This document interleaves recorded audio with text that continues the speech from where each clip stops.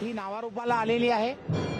डोंबिवलीतील सर्व संस्था एकत्रपणे या संपूर्ण रथयात्रेमध्ये भाग घेतात आणि एक उत्साहाचं वातावरण हे नेहमी या यात्रेमध्ये आपल्याला पाहायला मिळतं।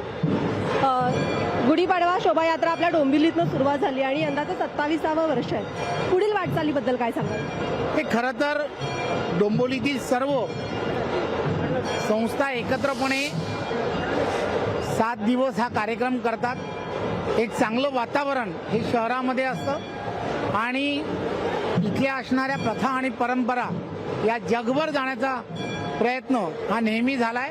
त्यामुळे आम्हाला खात्री आहे की येणारी पिढी ही सुद्धा त्याच दिशेने पावलं उचलेल। एक शेवटचा प्रश्न, मराठी भाषेला अभिजात दर्जा मिळाला त्याबद्दल काय सांगा?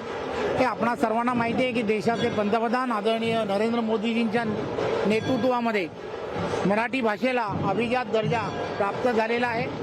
मराठी भाषा आणि मराठी भाषेचं महत्त्व हे वाढत राहावं या दृष्टिकोनातून डोंबिवली शहरामध्ये एक सांस्कृतिक शहर म्हणून जपण्याचा नेहमीच डोंबिवली शहराने प्रयत्न केलेला आहे। डोंबिवली शहरातील सर्व संस्था त्यामध्ये विशेष प्रयत्न करतात आणि हे सांस्कृतिक वैभव हे वाढवण्याचा सगळ्यांचा एकत्रपणे हा प्रयत्न असतो। धन्यवाद। आपण इकडे पाहू शकतो एक लहान चिमुरडी देखील या शोभायात्रेमध्ये सहभागी झाली आहे। कसं वाटतंय? तुझं नाव काय आहे? ओके, ही गुढी कुठून घेतली?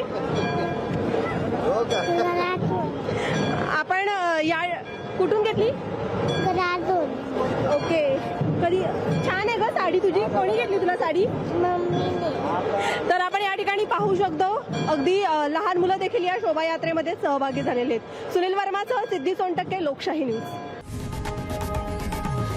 लोकशाही मराठी ऐका, पहा, जागरूक रहा।